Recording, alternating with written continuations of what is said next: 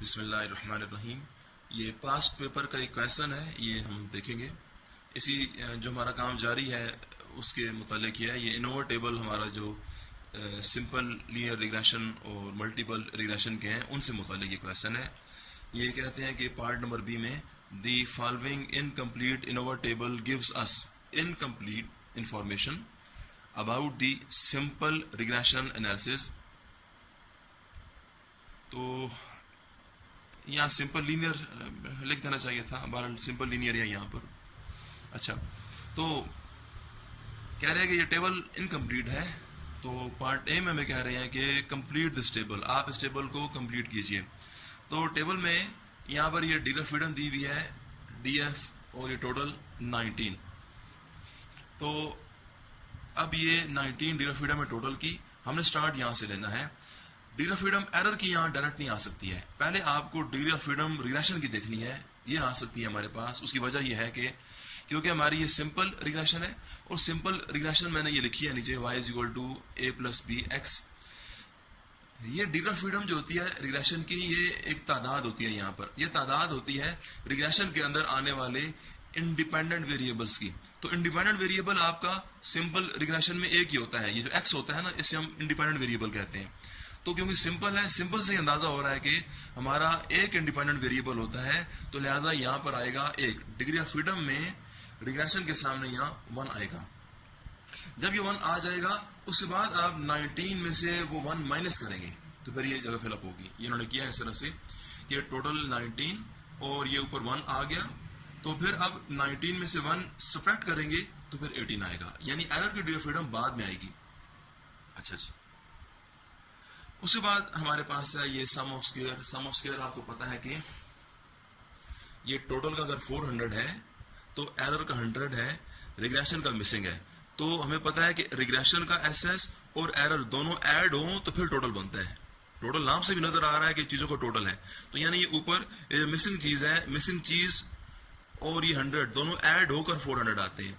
तो मिसिंग 300 होगा, तो 300 में 100 ऐड होगा तो 400 आएगा। लेकिन इसका दूसरा तरीका यह है कि आप 400 में से ये 100 माइनस करें तो फिर ऊपर की चीज आ जाएगी।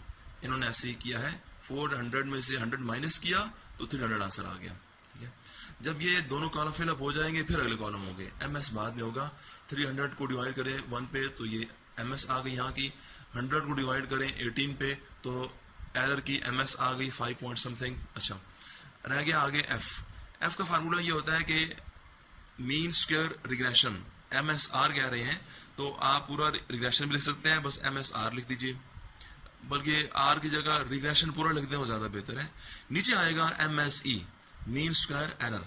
तो ये तो F का बेसिक फार्मूला है जो हमने काम में भी यूज़ किया है।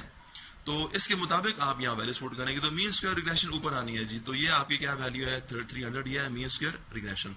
तो ये 300 ऊपर पुट होना है, लिहाजा 300 ऊपर पुट हो रहा है।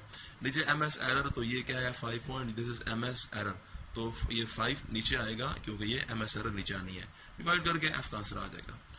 ये इनोवा टेबल मुकम्मल हो गया। दूसरे पार्ट में कह रहे हैं कि कोएफिशिएंट ऑफ डिटर्मिनेशन मालूम कीजिए। कोएफिशिएंट ऑफ डिटर्मिनेशन होती है R², ये बुक 1 में थी। R² का बेसिक फार्मूला है हमारे पास explained variation divided by total variation. तो ये भी हमें याद लाजमी करना चाहिए, एक्सप्लेन्ड वेरिएशन और टोटल वेरिएशन। लेकिन एक्सप्लेन्ड वेरिएशन जो होती है इसका दूसरा नाम है sum of square of regression, और टोटल वेरिएशन इसको SS टोटल, ये तो नजर आ रहा है कि sum of square of total, ये उसी तरह से। तो टोटल वेरिएशन कहें या sum of square of total कहें, एक ही बात है। अब हमें क्योंकि इस टेबल के हिसाब से R² की वैल्यू बतानी है, तो सम ऑफ स्क्वायर ऑफ रिग्रेशन, ये जी क्या है, ये 300 सम ऑफ स्क्वायर ऑफ रिग्रेशन।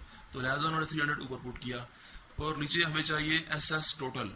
तो SS टोटल आपके पास है ये टोटल, और यहाँ से SS, तो दिस इज 400, तो 400 यहाँ नीचे पुट होगा तो ये हमारे पास R² का आंसर आ जाएगा। ये मुकम्मल है यहाँ पर। लेकिन अगर इसका तीसरा पार्ट खुद से बना, जो हमारे एक पेपर में आया भी है इस तरह से कि कोएफिशिएंट ऑफ डिटर्मिनेशन के बाद हमें कोएफिशिएंट ऑफ कोरिलेशन भी मालूम करने को कही है। तो कोएफिशिएंट ऑफ कोरिलेशन होती है सिर्फ R, ठीक है, R होती है, ये स्मॉल r उसकी नोटेशन है। तो अगर R² आपका 0.75 है जो कि कोएफिशिएंट ऑफ डिटर्मिनेशन है, तो कोएफिशिएंट ऑफ डिटर्मिनेशन से ही आप कोएफिशिएंट ऑफ कोरिलेशन बनाएंगे। वो सिंपल सी बात यह है कि आर स्क्वायर अगर 0.75 है तो आर जो हो जाएगी वो इस 0.75 का स्क्वायर रूट लेंगे, आप अंडर रूट लेंगे इसके ऊपर, यानी कि ये काम करेंगे।